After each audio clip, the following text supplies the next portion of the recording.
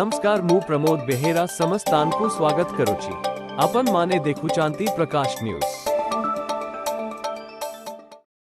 नमस्कार, आज की cricket updates. ICC one day world cup 2023। Australia ने विश्व कप के फाइनल में भारत को हरा दिया है।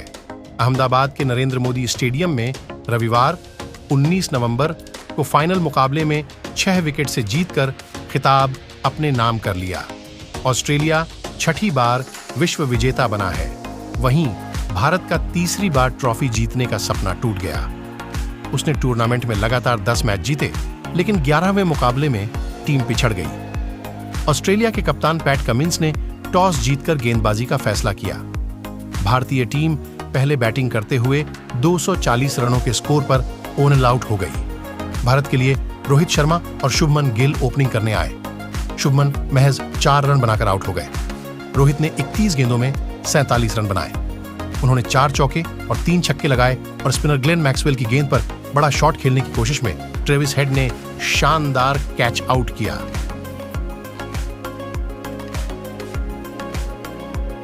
रोहित शर्मा के आउट होने बाद गेम पूरी तरह से भारत के खिलाफ बदल गया।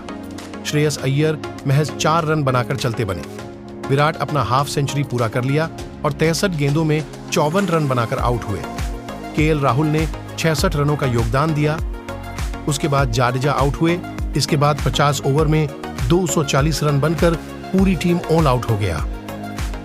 सेकंड इनिंग्स में ऑस्ट्रेलिया की ओर से डेविड वार्नर और ट्रेविस हेड पारी की शुरुआत करने उतरे।